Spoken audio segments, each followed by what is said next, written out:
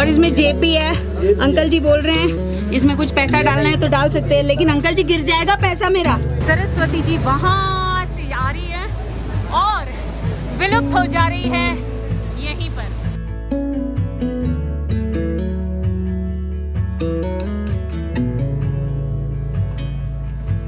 ये एकदम गर्म होगा ना, ठंडा मतलब गर्म होने के लिए, ठंडा नहीं, बिल्कुल ठंडा। ये स्पॉट इसलिए इंटरेस्टिंग है कि इसके आगे से सतोपन का ट्रैक शुरू होता है। जय हिंद दोस्तों, तो आप लोगों का स्वागत है हमारे इंडिया के आखिरी गांव माना विलेज में, आखिरी दुकान ढाबे पे, आखिरी चाय की दुकान पे और आखिरी सीमायन पे। We are at the border.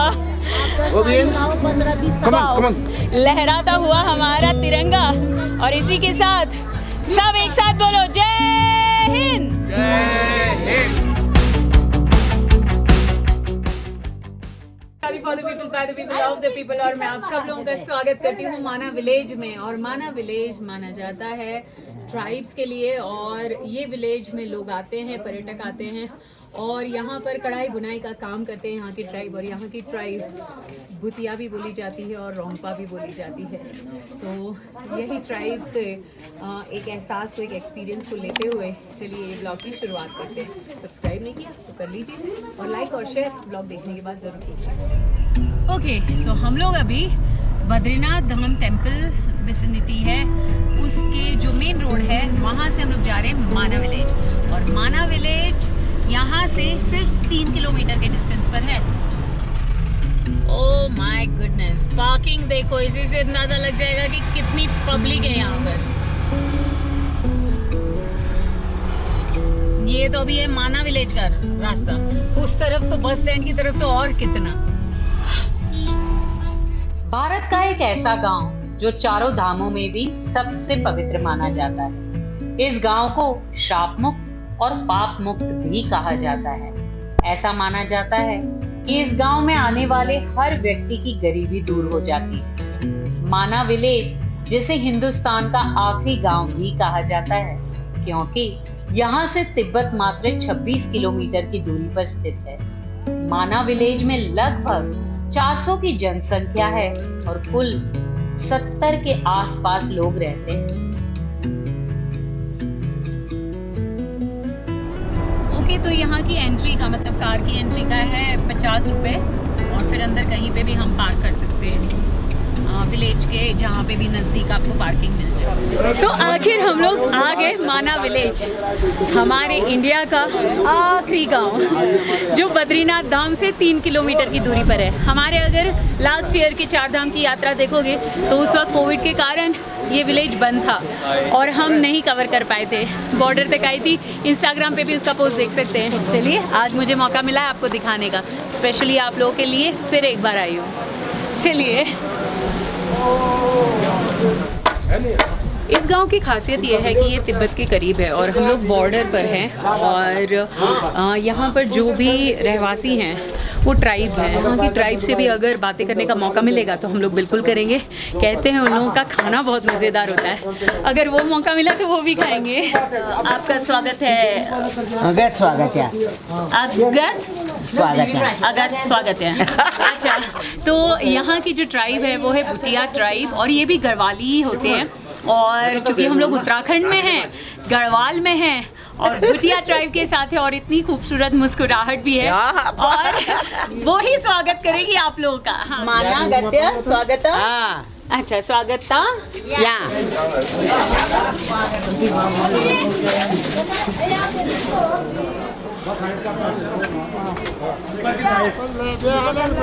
बहुत ही सुंदर ग्राफिटीज बनाई हुई हैं घर के बाहर। छोटे छोटे से घर हैं खूबसूरत से, और अच्छा लगता है जब आप यहाँ पर आते। बस यही है कि अभी बहुत क्राउड है, जाम बहुत है, आप देख रहे हो। क्यों मेंटेन कीजिएगा, धक्का-धुक्की मत कीजिएगा, और इस गांव की जो अहमियत है उसको बरकरार रखिएगा। किसी के सेंटिमेंट को चोट ना पहुँचे उसका ख्याल रखिएगा, और आपका बिहेवियर ऐसा हो कि वो लोग आपको नेक्स्ट टाइम भी वेलकम करें। मैंने आपसे मुलाकात होगी, आपका ब्लॉग देखते देखते आपसे मुलाकात हो गई।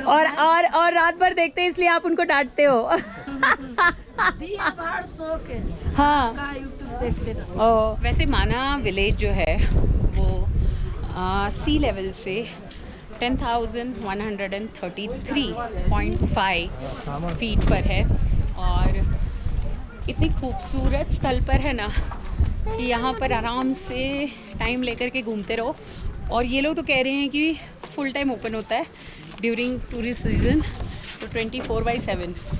लेकिन हाँ दिन के ही टाइम में आइएगा ताकि इन लोगों को ज़्यादा डिस्टर्ब ना करें हम। तेज बल्ब, छड़ी अच्छा, लेकिन इसका काम क्या रहता है? ये पूजा के लिए अच्छा, ये पूजा में जो इस्तेमाल होती है, हवन में होती है वो या ऐसे ही? ऐसे ही करते हैं। 3 चीबी है यहाँ पर। कितने की? 10 रुपए। अच्छा 10 रुपए की। जो मैं सोच रही थी इसको कैसे पहना जाए यार, इसको ऊपर तक ले सकती हूँ ना? सकते हैं ऊपर भी। हाँ, इसको ऊपर तक लो। Okay, so this is a poncho type stuff, fine. This is cool. और इसमें जेब भी है। अंकल जी बोल रहे हैं इसमें कुछ पैसा डालना है तो डाल सकते हैं, लेकिन अंकल जी गिर जाएगा पैसा मेरा। वाह, बहुत ही खूबसूरत कढ़ाई की हुई है, सारा हैंडमेड है। और ये कितने का अंकल जी? ये एक 500 का है, लेकिन बहुत मजबूत है। 1200, ये 3,500। ओके, तो ये सारा शीप वूल का है और हैंडमेड शीप वूल का है। और कारपेट्स में साइज के हिसाब से उसके रेट है। जैसे छोटे वाला 4000 है, बार्गेनिंग हो सकती है। बड़े वाला 8000। ये शॉल है और ये 1200 रुपये का। और ये शीप वूल का रजाई है एंड दिस इज 3500। लेकिन ज़बरदस्त है, इसमें ठंडी नहीं लगेगी। वाह, सच में इतना खूबसूरत लग रहा है। और छोटी छोटी गलियों से, नैरो लेन से आते हुए आप विलेज का नज़ारा देख रहे हैं। और मेरे ख्याल से यहाँ पे होम स्टे की फैसिलिटी भी है। पूछ के देखूँगी क्या रेट होता है, और इनके साथ रहने का अगर मौका मिलता है तो रहना चाहिए एक दिन। और देखो पहाड़, यहाँ से बद्री विशाल तक बस पहाड़ ही पहाड़ दिखाई दे रहे हैं। तो यहाँ पर एक आंटी जी हैं जिनके घर में ये फैसिलिटी देती हैं होम स्टे की। यहाँ पर दिखा मुझे तो मैंने सोचा पूछ लूँ। तो अभी मैंने उनको पूछा कि हम 2 लोग हैं अगर, तो कैसे आप मतलब रहने की जरूरत? तो बोले 1200 रुपये में हम देते हैं, अदरवाइज पर पर्सन कभी 800 रुपये भी हो सकते हैं ना, कभी कम भी होते हैं। 2 आदमी को 1000 भी हो सकते हैं। अच्छा, 2 आदमी का 1000 भी हो सकते हैं, डिपेंड करता है। जैसे 4 आदमी हो गए तो मैं अच्छा 2000 बोलती हूँ, तो उसके बाद कभी वो 1500 भी देते हैं। अच्छा, मतलब वो बार्गेनिंग पे है। लेकिन मोस्टली अगर आइडियली जितना बोलते हैं उतना देंगे। मुझे लगता है 1200 भी कोई दिक्कत नहीं है। होटल में तो हम दे ही रहे हैं ज़्यादा पैसे। हाँ, और यहाँ पे गर्म पानी के लिए ये लोग रॉड देते हैं, तो आप गर्म कर सकते हैं पानी, सो नो प्रॉब्लम। वाह, एक अच्छा सा ओपन स्पेस है यहाँ पर। एक रेस्टोरेंट है, हिमालय कॉफी सेंटर। यहाँ पे आके कुछ स्नैकिंग कर सकते हैं। यहाँ पर ऑलरेडी इंडिकेटर दिए गए हैं कि आपको इस तरफ जाएंगे तो आपको मिल जाएगा भीमपुर, सरस्वती धाम और केशव गुफा, अरे केशव प्रयाग। और आप इस तरफ से जाएंगे लेफ्ट हैंड साइड से, जहाँ पे ये डोर आपको गेट दिखाई दे रहा है, वहाँ पे आपको गणेश गुफा और व्यास गुफा देखने मिलेगी। तो चलते पहले हम गणेश गुफा और व्यास गुफा की तरफ। अच्छा, आप अकेली रहती हैं?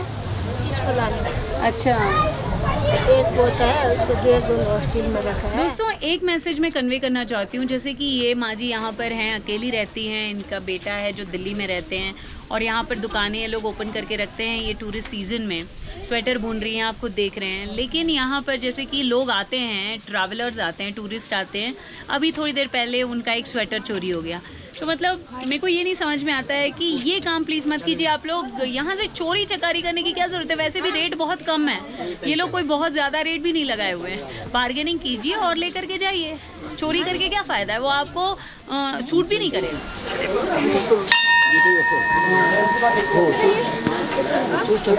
आ गए हम पुराण एवं महाभारत का लेखन स्थल पर। कहते हैं व्यास ने यहाँ पर महाभारत कही और गणेश जी ने उसकी लेखनी की। चलिए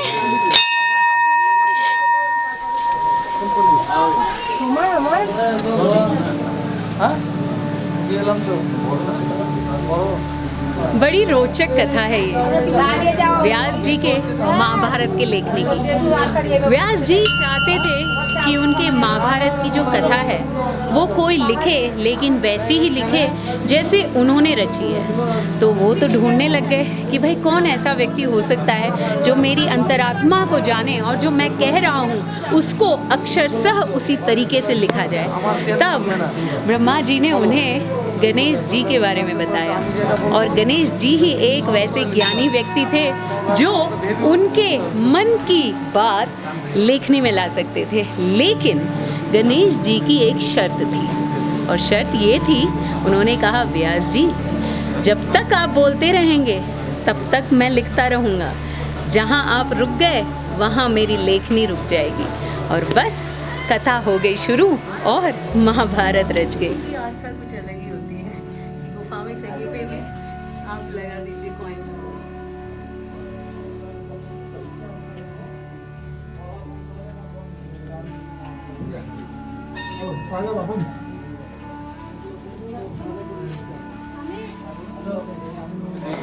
वेल, आप लोग वैसे कंफ्यूज मत हो जाइएगा क्योंकि मैंने व्यास गुफा कहा, क्योंकि व्यास जी ने महाभारत ज्ञात किया था अपने आप में और गणेश जी ने लिखा था। तो यहाँ पे गणेश जी और व्यास जी बैठ करके लिखी थी उन्होंने महाभारत की कथा, और इसे गणेश गुफा कहा जाता है। आगे चल के हम व्यास गुफा में चलते जहाँ व्यास जी विराजा करते थे। वाह, लोगों की एक्साइटमेंट देख रहे हैं। हर जगह पर कहीं पर भी हम जाते हैं तो वो जगह का अपना एक पहनावा होता है, और उस पहनावे को पहन करके हम भी उसी माहौल में शामिल हो जाते हैं। यहाँ पे देखिए बहुत ही खूबसूरत लग रही हैं ये यहाँ का लोकल ड्रेस पहन करके, वही सारे ऑर्नामेंट्स। मेल के लिए बहुत ज़्यादा कुछ नहीं है सिंपल है, लेकिन ये बहुत वार्म होता है, बहुत वार्म। और टोपी कैप है, और 200 रुपीज़ पर हेड, मतलब पर ड्रेस का। विद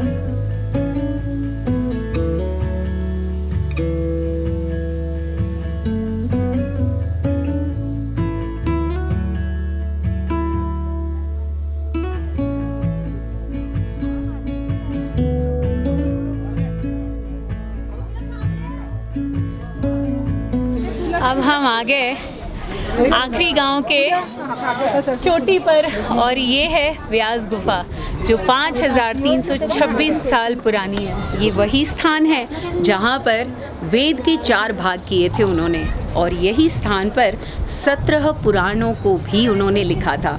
उस उपरांत गणेश जी के द्वारा उन्होंने महाभारत की रचना की थी, जिस गुफा में हम गए थे। और इसी गुफा में जब उन्हें संतुष्टि नहीं मिली इन सब के बाद भी, तो 18वां पुराण श्रीमद् भागवत महापुराण की रचना भी उन्होंने यहीं पर की। तो इंडिया के आखिरी दावे पर आइए, चाय पीजिए, मैगी पीजिए, मैगी खाइए और यहाँ का मौसम जो है उसे महसूस कीजिए। आपका वीडियो थैंक यू। अच्छा है। भारत की आखिरी चाय की दुकान में से चाय पीने का मजा कुछ अलग होता है, तो लेते हैं चुस्की। आप आनंद लीजिए देख करके।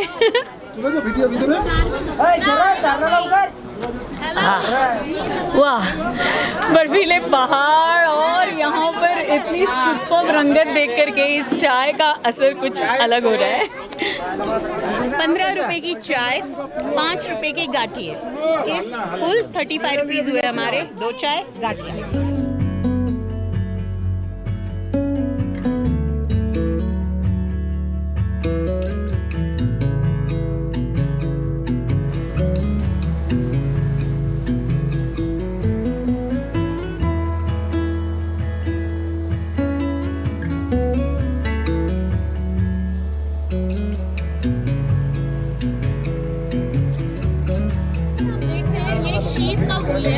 और ये शीप वूल से ही ये सारे जो शॉल है वो बनते हैं। 2 कलर में बनते हैं, ग्रे होता है और ये शायद थोड़ा कलर नुमा है, ग्रे और क्रीम कलर, ये 2 होते हैं।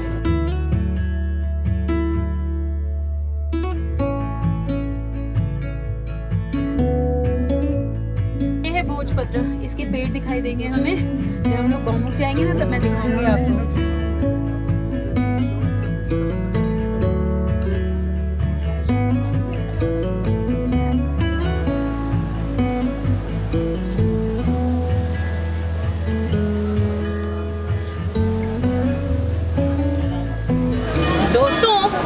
अभी आपको एक ऐसी रहस्यमय जगह पर लेकर के जा रही हूँ जिसे आप लोग सब लोगों ने जाना होगा, गंगा जमुना सरस्वती। और इसका मिलाप होता है प्रयागराज में, लेकिन सरस्वती विलुप्त रहती है, दिखती नहीं है। आइए आपको मैजिक दिखाती हूँ और सरस्वती का साक्षात रूप यहाँ पर दिखाती हूँ।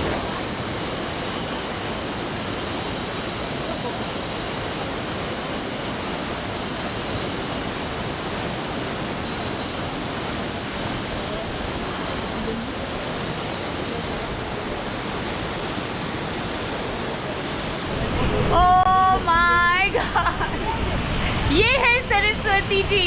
और सरस्वती नदी को आप साक्षात दर्शन कीजिए और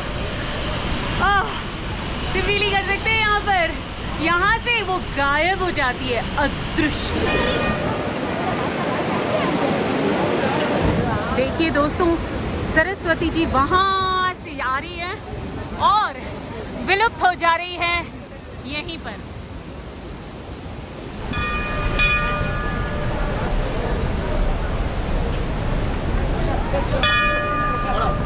आगे हम अंतिम दुकान पर, पहले ये हुआ करती थी अंतिम दुकान और अब थोड़ी सी और ऊपर है एक अंतिम दुकान। लेकिन ये स्पॉट इसलिए इंटरेस्टिंग है कि इसके आगे से सतोपंथ का ट्रैक शुरू होता है जो 5 दिनों का होता है। इट्स अ लॉन्ग ट्रैक और पर हेड अराउंड 12,000 to 13,000 हो जाते हैं अगर 5 लोगों का ग्रुप होता है तो। ये शिला दिखाई दे रही है आपको, इसे ही भीमशिला कहा जाता है और ये शिला का संदर्भ है। और ये शिला सरस्वती नदी के ऊपर इसलिए है क्योंकि जब पांडव अपनी स्वर्ग की यात्रा के लिए निकले थे और उस यात्रा के दौरान सरस्वती के ऊपर भीम ने ये शिला लगा दी थी और उसी के ऊपर से चल के सतोपंथ स्वर्गारोहिणी की यात्रा के लिए पांडव निकले थे और इसी तरफ से गए थे। तो हम भी एक दिन ज़रूर जाएंगे और इसका मौका होता है अगस्त में। बेस्ट टाइम इज़ अगस्त सितंबर और आपको वो यात्रा भी ज़रूर कराऊंगी। वेल, तो अब एक्चुअल में हम आ पहुँचे हैं मेरे ख्याल से आखिरी दुकान ऑफ माना विलेज, आखिरी दुकान ऑफ इंडिया जो बद्रीनाथ धाम से माना विलेज की तरफ से निकलता है।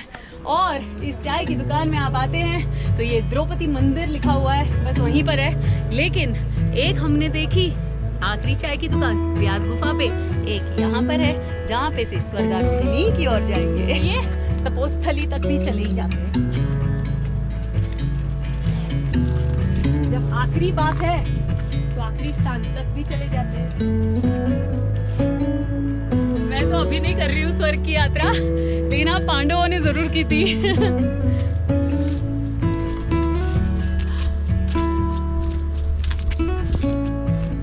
अगर जन्म रहते ही स्वर्ग की यात्रा हो जाए तो क्या बात है। हम लोग उसी रास्ते पे चल रहे हैं जहाँ कभी पांडवों के पदचिन्ह हुआ करते थे और अभी भी हैं। कहते हैं कि फुटप्रिंट्स कभी मिटते नहीं। चलिए, आखिरी दुकान अब आपकी हो गई है, इंडियाज लास्ट शॉप, हिंदुस्तान की अंतिम दुकान। यहाँ पे आपको पकौड़े मिल जाएंगे। चलिए, वैरायटीज है यहाँ पर, चकना भी है यहाँ पर। पकौड़े कैसे दिए बता भाई? ये 70 की, ये 50 की, ये 70 की और ये मिर्ची के 10 के, ये 30। Okay cool. वो क्या है? नूडल, चाउमीन, आलू और पालक के पकौड़े और हर्बल टी, उसके साथ अगर मिर्ची के पकौड़े हो जाए तो और वो भी हिंदुस्तान का आखिरी ढाबा। हिंदुस्तान के आखिरी दुकान पे। बस यहीं से स्वर्ग की यात्रा शुरू। आप चाय पिए और स्वर्ग निकल लिए। बस मैं तो पापी हूँ। माँ त्रिपुर बाला सुंदरी के मंदिर पर हूँ और जय बद्री विशाल बद्रीनाथ धाम में आकर के पावन पावन सा फीलिंग आ रही है। और मैं जिस स्थली पर हूँ अभी, ये आखिरी गांव है। कहीं पे भीमशिला दिखी है मुझे, तो कहीं पे सरस्वती विलुप्त हो रही है लेकिन साक्षात दर्शन करा रही है हमें। कहीं पे व्यास जी की गुफा है तो कहीं पे गणेश जी की गुफा है जहाँ पे उन्होंने महाभारत लिखी थी। और यहाँ पे सतोपन स्वर्गारोहिणी का रास्ता खुलता है जो सीधे स्वर्ग की ओर जाता है। इससे पावन धरती कौन सी हो सकती है दोस्तों। यहाँ पे आकर के बस धन्य धन्य सा फीलिंग है और इस पावन और पवित्र धरती पर आकर के मुझे भी धन्य धन्य सा एहसास है। और ये इसी के साथ ही ये व्लॉग यहीं पर ख़त्म होता है। और माना विलेज का व्लॉग कैसा लगा आपको बिल्कुल बताइएगा और कमेंट ज़रूर कीजिएगा। This is Vaishali for the people, by the people, of the people, and I love you all. Like कीजिए, शेयर कीजिएगा, सब्सक्राइब नहीं किया है तो देर किस बात की है, शेयर भी कीजिए।